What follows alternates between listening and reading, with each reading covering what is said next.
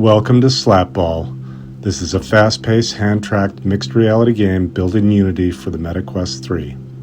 The game takes place in any real-world environment that's been mapped using Meta's spatial awareness and using customized OVR scene anchors.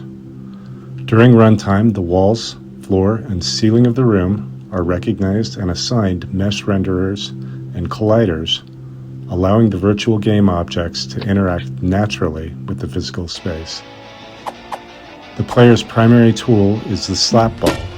This is a VR object with extreme bounciness and real-time physics. Using only hand tracking, the player slaps the ball into rotating targets that appear in random locations throughout the room.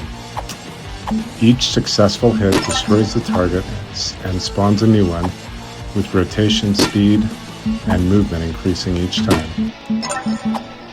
Every collision between the ball and a room's surface triggers a glowing visual effect and a sound cue that reinforces the interaction and immerses the player in the physicality of the space.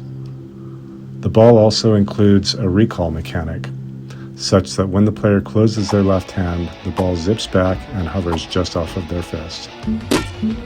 Opening the hand releases it into the environment, ready to be slapped again. All functionality is handled through custom Unity scripts, relying heavily on coroutines, Unity physics, and custom collision detection. No external plugins were used to create this. SlapBall demonstrates clearly and directly how hand tracking and spatial anchors can create a fast-paced physical experience in mixed reality. Every single element, from sound design to ball behavior to environment setup, is explicitly tuned to support active and intuitive play. This project was built using Unity 2022.3 with the Oculus XR SDK and, of course, C# for all gameplay systems.